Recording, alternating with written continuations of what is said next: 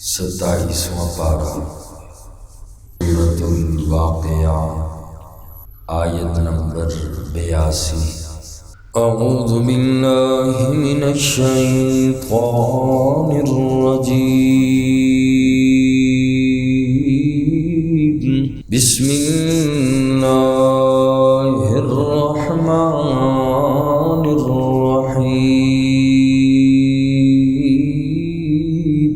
وَتَجْعَلُونَ، اور تم بناتے ہو، رزقکم، اپنا حصہ، انکم تکذبون، بے شک تم جھٹلاتے ہو، فلولا، پس کیوں نہیں، اذا بلغت، جب پہنچتی ہے جان، الحلقوم،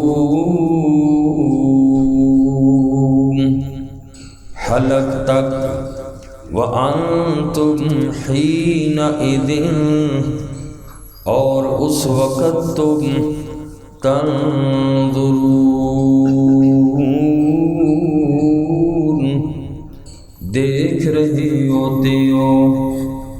کل کی آیات مبارکہ میں اللہ کریم نے فرمایا تھا قرآن کے بارے میں تم لوگ لاپرواہی کرتے ہو، سستی کرتے ہو، افبہذا الحدیث انتم مدہنون، کیا اس بات میں تم سستی کرتے ہو؟ اور آج کی آیت میں فرمایا وَتَجْعَلُونَ رِزْقَكُمْ أَنَّكُمْ تُكَذِّبُونَ، اور تم اپنا حصہ بناتے ہو، انکم تکذبون، کہ بے شک تم جھٹلاتے ہو، یعنی اس میں تم اپنا حصہ اس طرح ڈالتے ہو کہ قرآن کی تکذیب کرتے ہو، قرآن کو جھٹلاتے ہو۔ مطلب یہ کہ تم اللہ کی اس عظیم نعمت قرآن کریم کے حصول پر شکر ادا کرنے کے بجائے تم اس قرآن کو جھٹلاتے ہو، گویا کہ یہ اللہ کے اس نعمت کی ناشکری ہے۔ ہمارے ماحول میں بھی کتنے مواقع پر اللہ کریم اور اس کے نبی پاک صلی اللہ علیہ وسلم کے طریقوں کو پس پش ڈالا جاتا ہے، شریعت یاد نہیں رہتی، کیا دیندار کیا غیر دیندار، بس کیا کریں جی، علاقے کی رسم اور رواج یہی ہے۔ تو ہمارے ماحول میں بھی کتنے مواقع ایسے ہیں اللہ اور اس کے رسول کے احکامات اور طریقوں کو نظر انداز کیا جاتا ہے، رسم و رواج پہ عمل کیا جاتا ہے۔ یہی مداہنت فی الدین ہے جس کو قرآن نے فرمایا افبہذا الحدیث انتم مدہنون۔ اللہ فرما رہا ہے کیا اس بات میں بھی، یعنی اس قرآن میں تم سستی کرتے ہو، مداہنت کا شکار ہو، جس کا اللہ نے شکوہ کیا۔ انسان قرآن کے احکامات کو پس پش ڈالتا ہے، اللہ نے اس چیز کا شکوہ کیا انسان پر۔ یہی اللہ کی ناشکری ہے، قرآن کے طریقوں کو چھوڑ کر غیروں کے راستے پہ چلنا، یہ مداہنت فی الدین ہے، قرآن کو چھوڑنا۔ اور قیامت والے دن رسول اللہ صلی اللہ علیہ وسلم بھی شکایت کریں گے۔ سورہ فرقان 19واں پارہ آیت نمبر 30 میں اللہ نے فرمایا وَقَالَ الرَّسُولُ يَا رَبِّ إِنَّ قَوْمِ اتَّخَذُوا هَذَا الْقُرْآنَ مَهْجُورًا۔ رسول اللہ صلی اللہ علیہ وسلم فرمائیں گے یا ربی، اے میرے رب، ان قوم اتخذوا، بے شک میری قوم نے بنا لیا، هذا القرآن مہجورا، اس قرآن کو اللہ چھوڑا ہوا، قیامت والے دن رسول اللہ صلی اللہ علیہ وسلم اللہ کی عدالت میں شکایت فرمائیں گے۔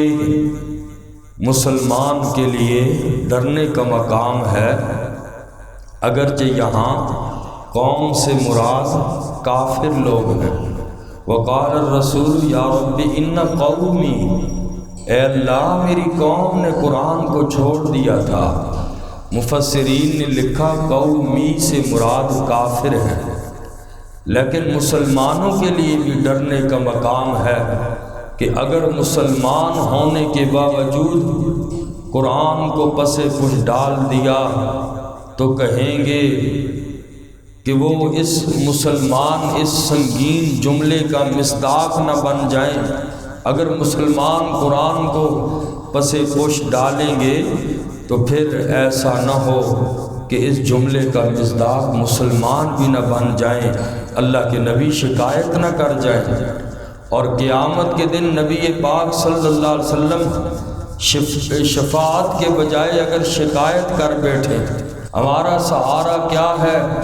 نبی پاک صلی اللہ علیہ وسلم ہی ہیں۔ ہمیں تو انہی پر یقین بھروسہ کیے ہوئے ہیں کہ آقا امت کی شفاعت کریں گے، اللہ کے نبی کو شفاعت کبریٰ نصیب ہوگی۔ ایک نبی کا سہارا ہے، نبی کی محبت ہے۔ اگر نبی بھی شفاعت کے بجائے نبی شکایت کر گئے پھر ہمارا ٹھکانہ کیا ہوگا؟ تو حضور علیہ السلام کی یہ شکایت قیامت کے دن اپنی امت کے ان لوگوں کے لیے ہوگی جو قرآن کی طرف توجہ نہیں کرتے، قرآن کو پس پش ڈال دیا۔ ہر مسلمان پر قرآن کریم کے 5 حق ہیں۔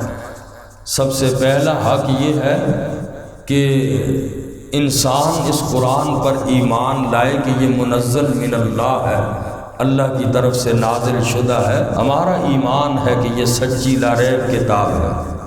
دوسرا حق قرآن کا یہ ہے تلاوت کرنا قرآن کی، اور آج ہم دیکھیں قرآن کی تلاوت کتنی ہم کرتے ہیں، اور سال کے بعد کبھی قرآن کھول کے دیکھنا نصیب ہو جائے۔ قرآن کی تلاوت کرنا یہ دوسرا حق ہے۔ تیسرا حق قرآن کو سمجھنا ہے۔ چوتھا حق قرآن پہ عمل کرنا ہے، اور 5واں حق قرآن کا یہ ہے کہ قرآن کریم کی تعلیمات کو دوسروں تک پہنچانا۔ یہ قرآن کریم کے 5 حق ہیں۔ اللہ ہمیں بھی اس پہ عمل کی توفیق نصیب فرمائے۔ فرمایا وَتَجْعَلُونَ رِزْقَكُمْ، اور تم بناتے ہو اپنا حصہ، أَنَّكُمْ تُكَذِّبُونَ، بے شک تم جھٹلاتے ہو اس قرآن کو۔ اللہ کی بہت بڑی نعمت ہے قرآن، جھٹلا کر تم گویا اللہ کی ناشکری کرتے ہو۔ فلولا اذا بلغت الحلقوم، پس کیوں نہیں جب پہنچتی ہے جان حلق تک۔ اللہ فرماتے وانتم حینئذ تنظرون،